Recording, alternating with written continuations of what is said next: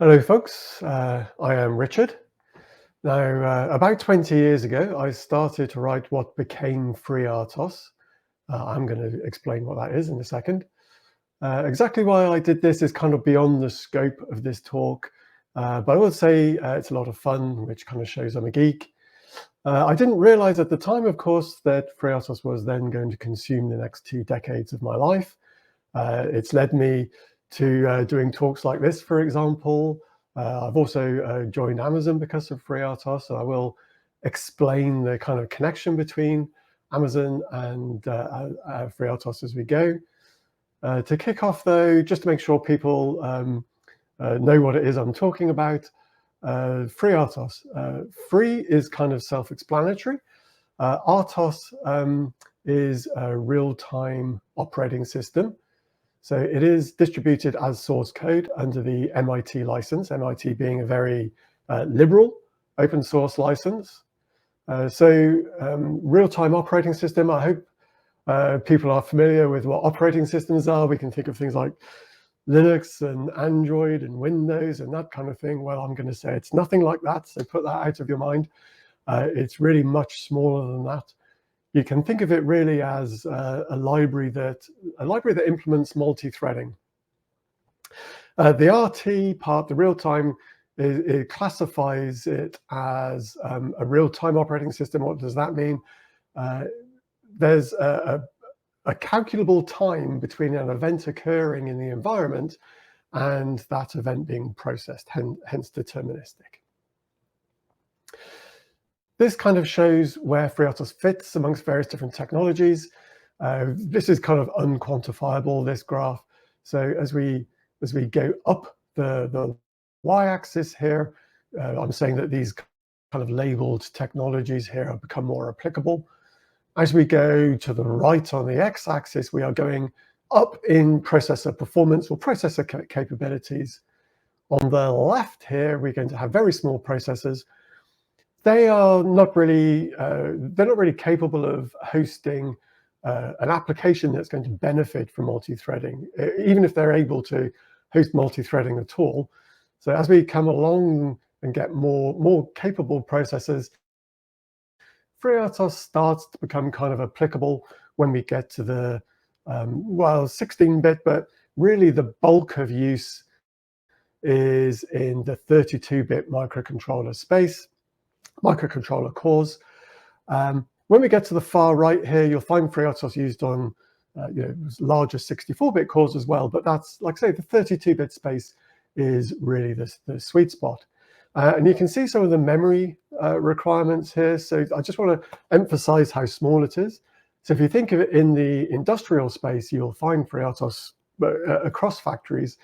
But we can really get down to the small sensor level. Okay, so that puts things in context. Now, during this talk, I will show you the kind of whys and wherefores of how the functionality in FreeRTOS grew over the years, but more importantly, also how we kind of evolved the distribution model, and show that the big drivers in the roadmap more recently have been in IoT, and how there's a lot of crossover between some of the security in IoT and security in industrial. We'll also look at, I think very importantly, how the distribution model, the design philosophy and distribution model have evolved, and how that makes FreeRTOS applicable to all industry verticals. My first company was actually working in the industrial space as well, so it's something I know a little bit about. Towards the end of the talk, actually, when we're looking at roadmap things, I'll highlight a few things which I hope are of interest to the industrial space as well. Okay, so why do people use systems like FreeRTOS? Well, they implement undifferentiating functionality. So if you're working on an application that's going to benefit from the modularity, the code reuse, the maintainability, that architecting your application as independent but communicating threads, then why would you implement the multi-threading library yourself? There are plenty available, both commercial and open source. So you're going to utilize one of those and really make sure that you focus on adding differentiating functionality to your application. Nobody buys a product because the software is architected as multiple threads. Of course, they buy it because of the differentiating functionality. So on this diagram, which is showing us the number of downloads of the kernel, so the kernel being the scheduling, where the scheduling algorithm is. So we see the downloads per month on the y-axis. On this timeline on the x-axis, I've kind of highlighted various milestones. They're color-coded up here, by the way. If the colors are coming out. We first started porting the kernel to these 32-bit architectures. And if we, oops, let's do that. If we highlight these first four, so we can jump along to 2013, this is this first green up here, where we are starting to add in more libraries. And the 2017 is where AWS IoT kind of took stewardship of FreeRTOS, and we'll see that this is where the IoT applications just require more and more of this undifferentiating functionality. So I've got a little example here. I use this example quite a lot, but it's quite apt here because this is both IoT and industrial related. The motor control example. Here we have our control engineer. She's going to be an expert in very high fidelity motor control. I wasn't quite sure how to draw something. She's doing something clever. So this is supposed to be the control algorithm, probably a very tight closed loop control, very tight timing constraints. We're controlling this motor. Very likely this would be done in an FPGA. If this was done in software, then our software would be very simple. It's going to look something like this. We've got the application code. Very likely this is going to be mainly interrupts. You've got timer interrupts, which are giving us when we have to send the next demand down to the motor. We've got interrupts generated by the motor, sensor data going back into the control algorithm. Not much else. You might have a little bit of vendor supplied code here for accessing PWMs, that kind of thing. But this is quite basic. So here we have our disconnected motor, and now we are going to want to add in connectivity. So we can send set points down to the motor. We can receive positions if we're charting position, this kind of thing. Maybe we've got outer loop control here as well. So our very basic software is now going to have communication protocols added. I've shown TCP, but we're talking about local connectivity here. It could be anything. This is where our application is going to start getting a little bit more complex, especially if it is TCP/IP. We've got retries and all this kind of thing we have to do. So we can use the RTOS now to encapsulate some of that functionality into a single thread. And in fact, later we'll look at the architecture of the FreeRTOS TCP stack. You'll see the entire TCP stack is in a single thread. That serializes things, makes the interface much simpler.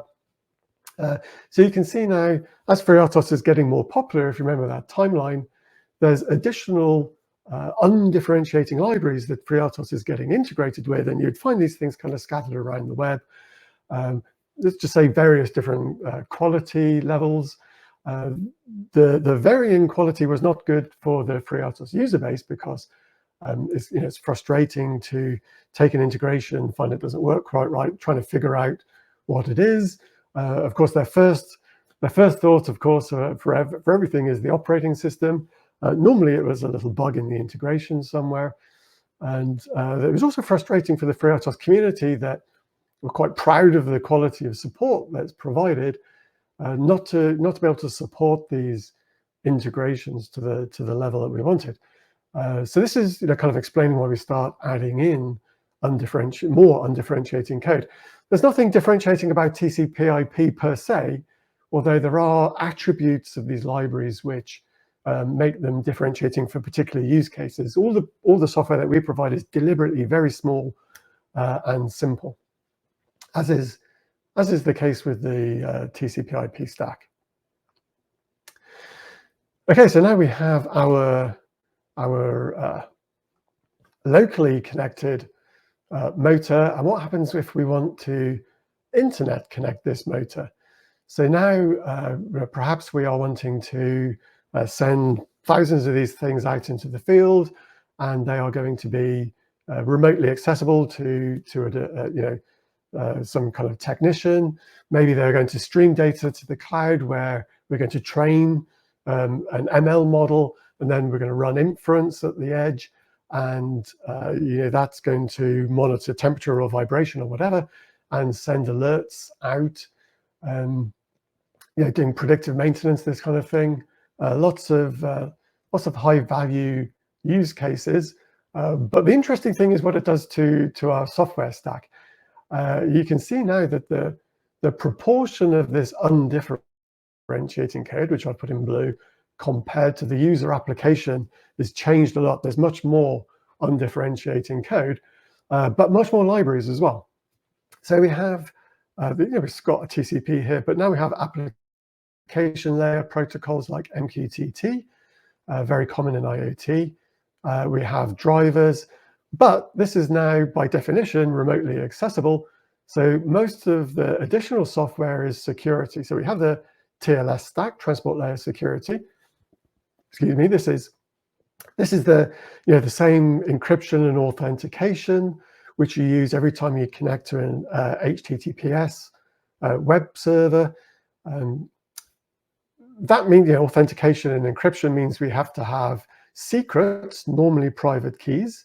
So we have to manage those. We need secure storage. So we need APIs that allow us to access these private keys without exposing them to software. We have to provision potentially on thousands of devices all those secrets, and we need to provide the capability over-the-air update, OTA, to update either the executable or maybe a machine learning model or whatever. So you can see many more libraries, and thanks to AWS's investment and stewardship, we've been able to provide the complete integrations. I'll come on to how we do that in the kind of second part. What I want to highlight here is that there's nothing proprietary here at all, and a lot of these mechanisms or the algorithms and the technologies which are to do with security and IoT are also found in the industrial setting. For example, this is using PKI, public key infrastructure, and X509 certificates. And some of the security profiles in OPC UA, for example, are also using X509. So there is X509 parsing available here.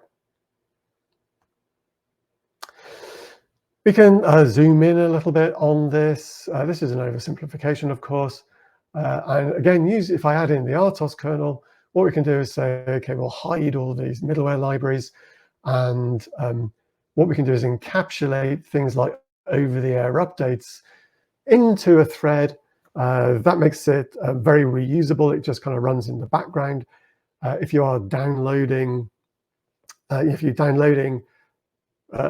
say a new executable in the background, the application is just notified when it's available.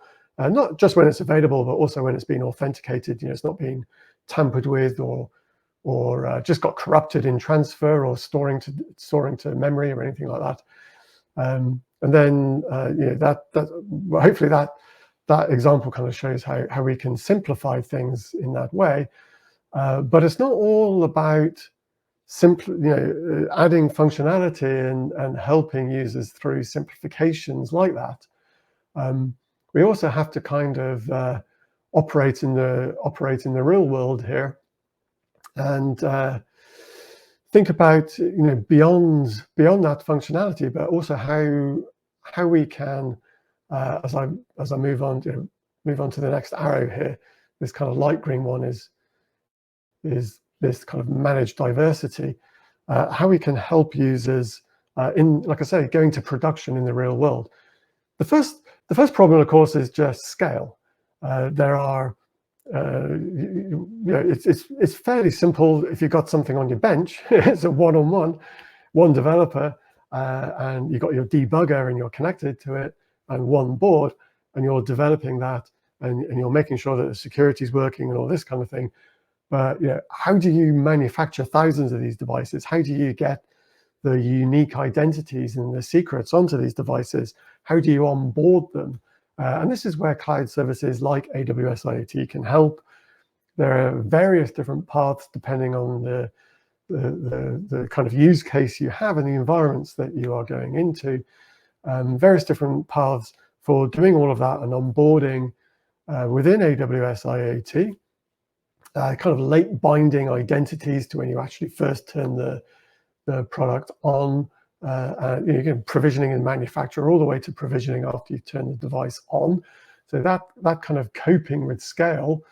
But also as projects like FreeRTOS that are, well, let's just say, if there's 50,000 downloads a month of the kernel, you can almost guarantee that if there are 50,000 different applications, none of those applications are using exactly the same combination of electronic components, using different compilers, different compiler options, build systems, optimization levels, IDEs, just directory structures and workflows.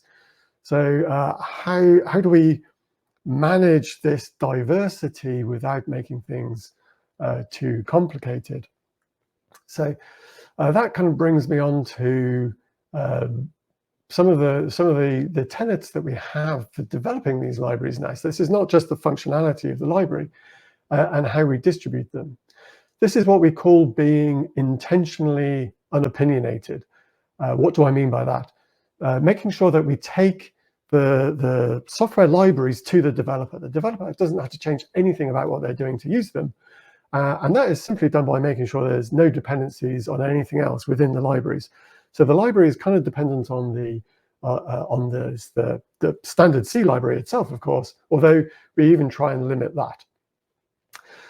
So what I'm going to do now is show you how that's achieved and then the results of that.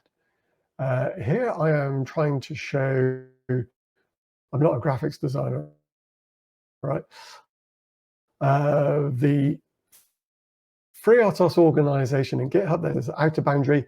These lighter blue are individual Git repositories within the FreeRTOS organization. Inside each of these, we have one library. The kernel's in one of these as well.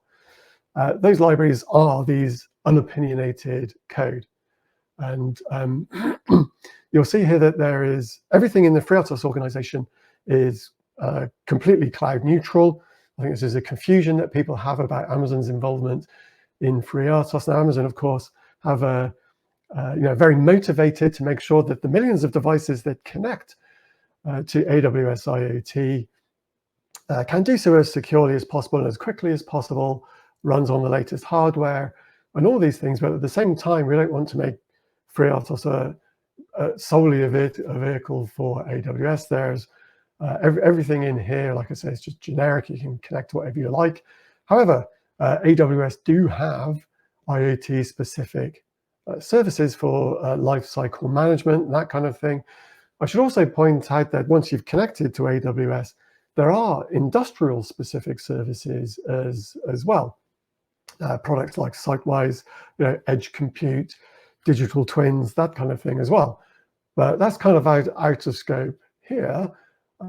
So anything which is a library which is for connecting to AWS IoT-specific services is kept within the AWS organization within GitHub. So there's this clear delineation. I said that's, I didn't really phrase that correctly though. So these, actually connecting is done with the generic libraries over here, right? There's nothing specific about TCP or HTTP. Once you are connected, then these are kind of helper functions that facilitate accessing some of these kind of lifecycle management and control services within AWS IoT, the kind of ingestion services and sending data to various different places, storage and compute. So these packages here, I should explain as well, these are also in Git repos. They contain lots and lots of demos, and they don't actually copy in the libraries. With all these dotted lines are supposed to show you submoduling in these libraries. So we have a package you can download to get started with FreeRTOS, lots of examples for different hardware and environments. With the philosophy of being unopinionated, though, to make sure that we don't have a dependency on the kernel or even dependency on multi-threading, then we also have a package that we test on Linux. The TCP/IP stack does have a dependency on FreeRTOS, just to make that clear. So the base libraries are deliberately small, like I say, and by doing that, we can add on agents and make them completely thread safe and that kind of thing. So the reason we keep them as small as possible is because it's easy to build on top of. If we start with something more complex, then it's harder to downsize it if you have a smaller application. Okay, so how does this help? And first, I'm going to talk about the theory, and then I'll show some practice. So let's say we have a very small sensor. Normally, I talk about soil moisture sensors, but keep this kind of industrial focus. I'm going to talk about a vibration sensor. It's very small, like I say, maybe because it's these things are made in the thousands and they have to be low cost. So let's say this is running on an 8-bit processor or something. We have it's connecting perhaps through Wi-Fi in a factory, and it's able to connect even though it's tiny because all the connectivity software is on this radio interface. Now let's say we want to take create a different SKU of this, and we want to send this out to an irrigation system in the middle of a field somewhere. Wi-Fi is no good, so we want to update this so there's a cellular interface on there, and we want it to use an IoT protocol, connect to some cloud somewhere, maybe MQTT, but we can't fit all the libraries on this without increasing the cost of our sensor. So because our MQTT library, which we call core MQTT, is unopinionated, this 8-bit processor doesn't have to be multi-threaded, and we can interface this to whatever the radio interface is. Now, this might be cellular, doesn't matter what the API is, doesn't matter what the TCP/IP stack is.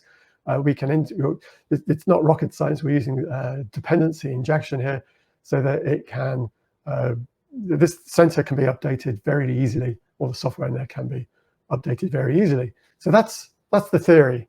Now, I will go through a few what we call reference integrations. These are IoT reference integrations, which show that this actually works in practice as well.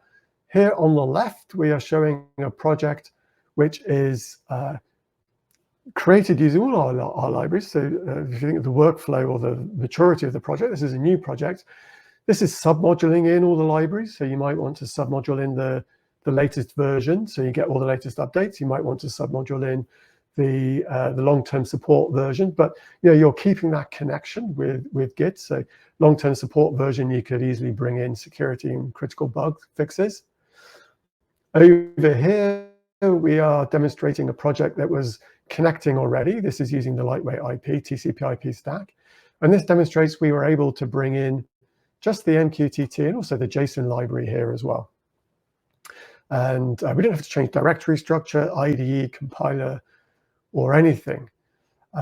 This is an example of the same libraries being brought in as Simsys Pax, which is a versioning and dependency management system. You can bring in libraries remotely. Same libraries with a package manager. So this also shows the kind of portability of the kernel in these libraries across various different partners. Of course, more interesting here, if you are using the Lattice tools, then you can see here that we have, this is just a screenshot of the project being created in Wizard, and you can see that you can create a FreeRTOS project, and that will give you something that's working. So it's kind of working out of the box, well, with a few clicks out of the wizard anyway is working. And then you can, like I say, add in some of these unopinionated libraries. And if you want to have additional protocols that you would like to create yourself and upstream them, then that would be greatly appreciated, of course. There are various code quality checks that are automated in the repos. And also, if you're going to do this, I would say discuss it on the forums first to make sure that the kind of unopinionated philosophy is maintained, and we can help with that.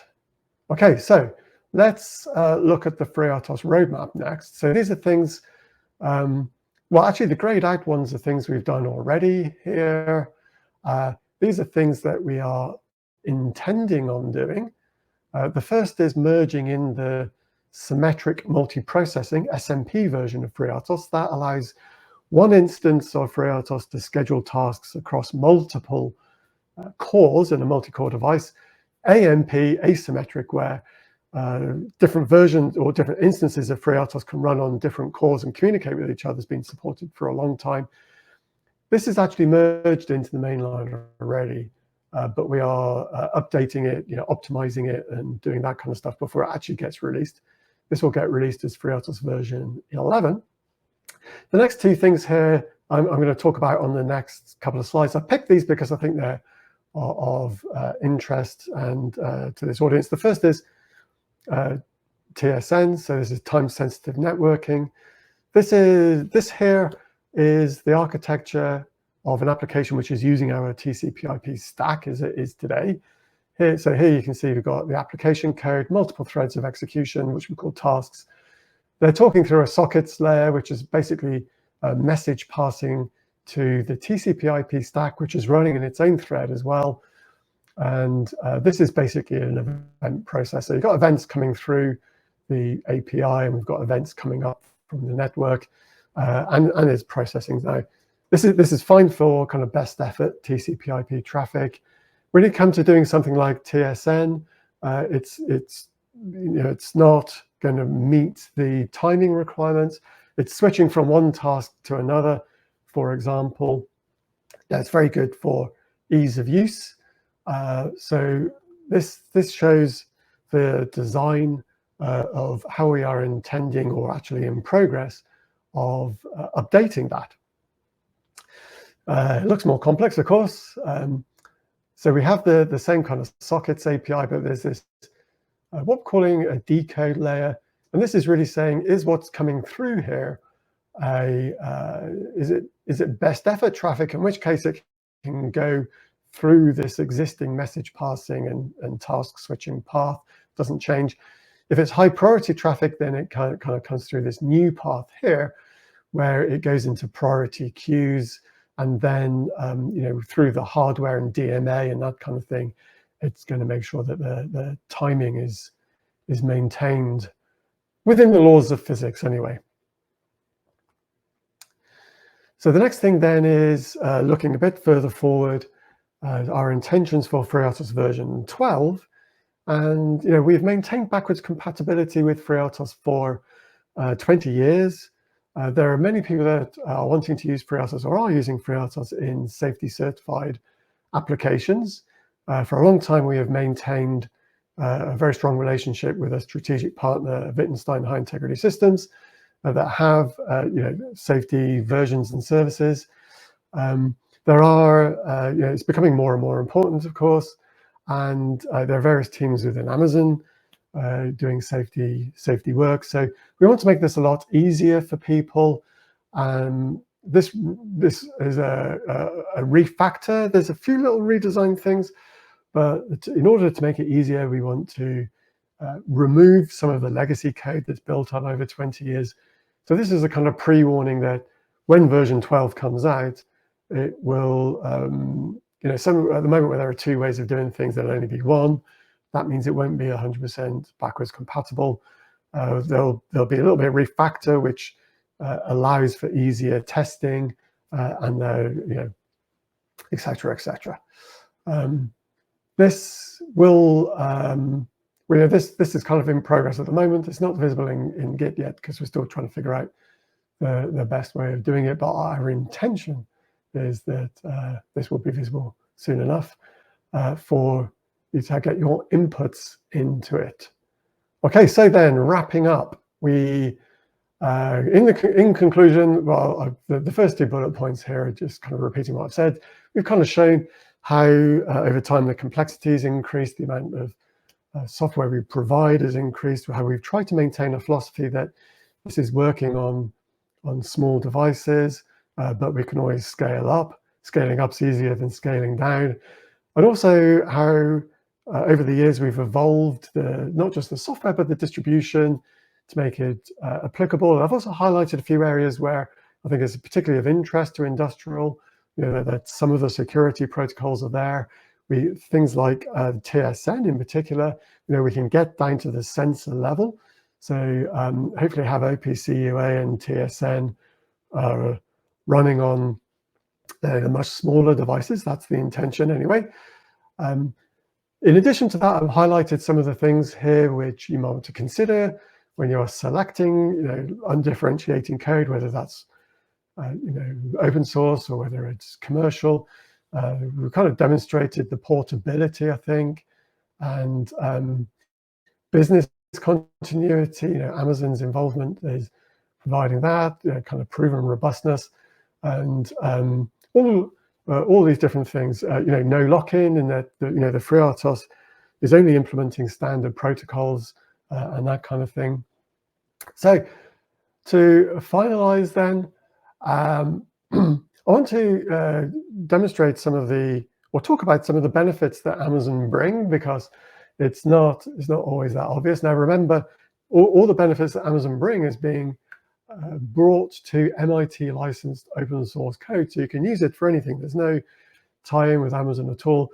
So there are things like, when we release code, the AppSec reviews that it goes through, the pen testing that it goes through, the very professional instant response should there be security vulnerabilities, the ability for us to add in new functionality. We saw the amount of libraries there are. Long-term support, there's 2 years free, as you can extend that to 12 years as a commercial option, etc., etc. So this is a screenshot, for example, of there's a blog post of formal proofs which have been done on the code by Amazon. So it's a really good story for the whole FreeRTOS community here. So I would encourage you to get involved if you've got ideas and opinions.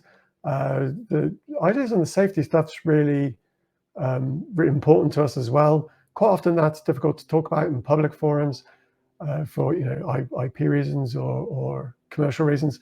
So you can contact us directly about that. Other than that, we would say encourage you to get involved in the forums here. And with that, thank you for your questions. Please keep entering questions, and we'll get back to you with some answers.